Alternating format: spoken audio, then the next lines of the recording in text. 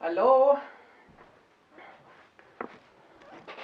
Everybody says, all these lenses on the table, and everybody's like about $10,000 worth of lenses. This table's a little wobbly, and I like put my hands on it, all these lenses would wobble, and people were sending me, like, you're scaring me.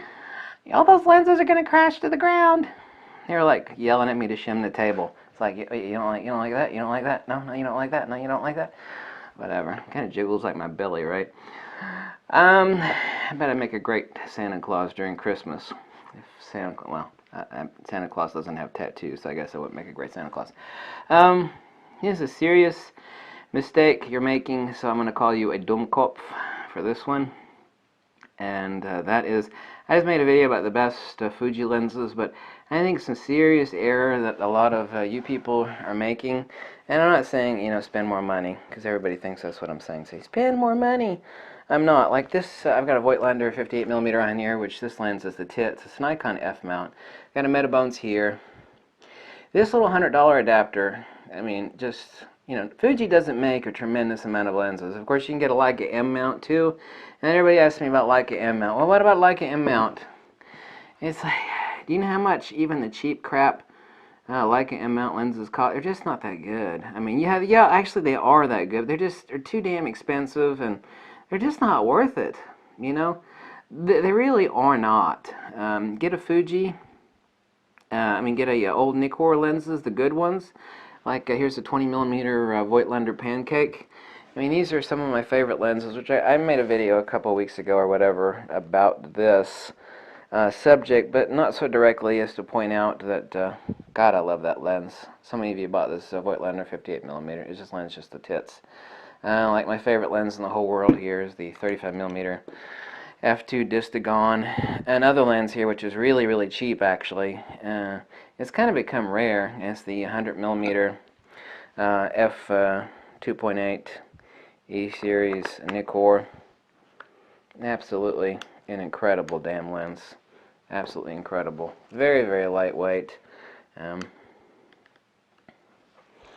Just the joy of using this lens. The focus peaking. Absolutely brilliant. Love it to death. It's important, as I said before, to actually get a lens with proper resistance. I love my hand strap, by the way. I actually make these. They're better than the Fuji hand strap, which costs $60. It cost me 50 cents to make this hand strap. If anybody wants to know how to make that, I'll go over it again, or I can point you to the video where I show you how to make these little hand straps. They're the best. You can make them out of old camera straps. Really, really easy. They're completely reliable, so you won't drop your camera with your hand out like this anyway.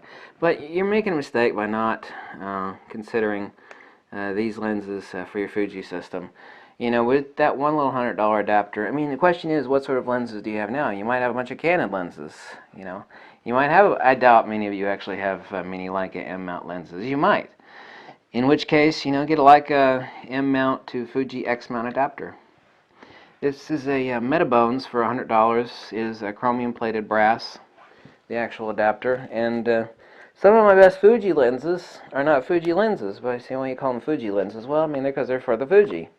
XT10, XT1, and that's it. You can see the sensor right there. It's actually made in China, and it's incredibly precision.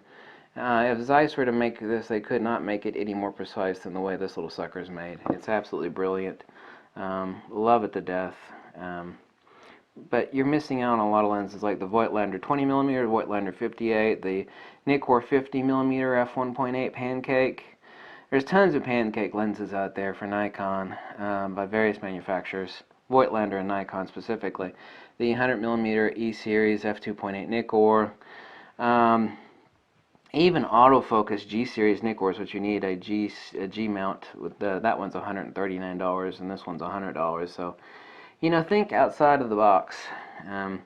One of my favorite lenses to actually use in this Fuji is this expensive bloody Zeiss Distagon, and it's also very heavy, as it happens to be the case. But a lot of fun. I love manual focus, especially with focus peaking. You know, obviously my eyesight isn't as good as it was 20 years ago, but it's still a lot better than most people's when it comes to using manual focus lenses. So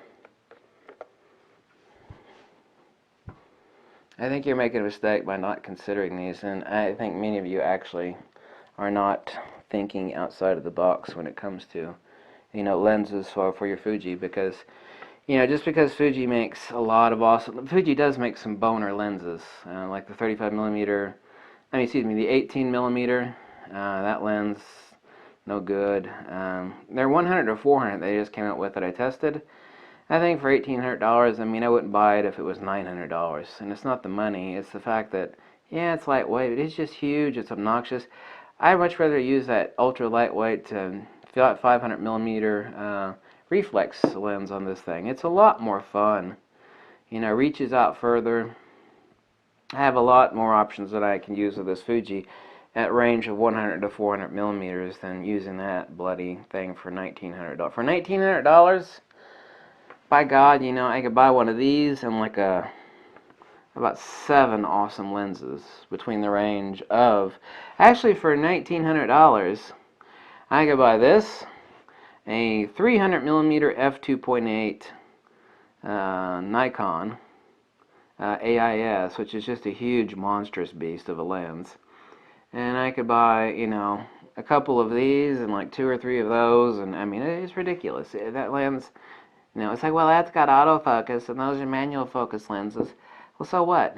You know, so what? Those lenses that I'd be buying for it are a lot faster, not in autofocus speed, meaning they're faster lenses, but you know, there are other options that I just think people don't think outside of the box, and it's kind of typical of human behavior that you know, humans don't think outside of the box, but. Think about that when it comes to your Fuji, and because everybody keeps asking me about that. It's like, what's the best lens for your Fuji? It's like, well, it says some of the best lenses for Fuji aren't Fuji-made lenses. Like, what do you mean? It's like, well, Metabones adapter and an awesome Voigtlander, an awesome Zeiss, an awesome Nikkor, and you know, these lenses are cheap. He's like, yeah, well, they're manual focus. Well, so what? It's got focus peaking on this Fuji XT1. A lot of fun to use. You need to get back to camera basics anyway. You want to shoot sports action and have continuous high autofocus? Fine. You know, get one lens for that and do that. But, you know, I mean, how much speed and autofocus do you need, you know, taking pictures of normal stuff in everyday life?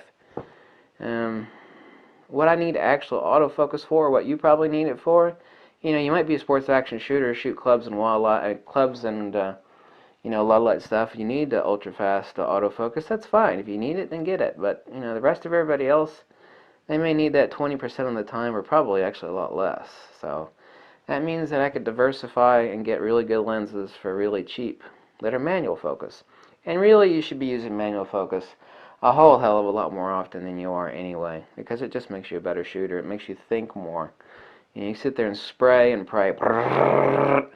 And one of those has got to be good. Yeah, okay. That's a good way to improve your skills, you know. Spray and pray. Thanks for watching. Catch you later. Bye.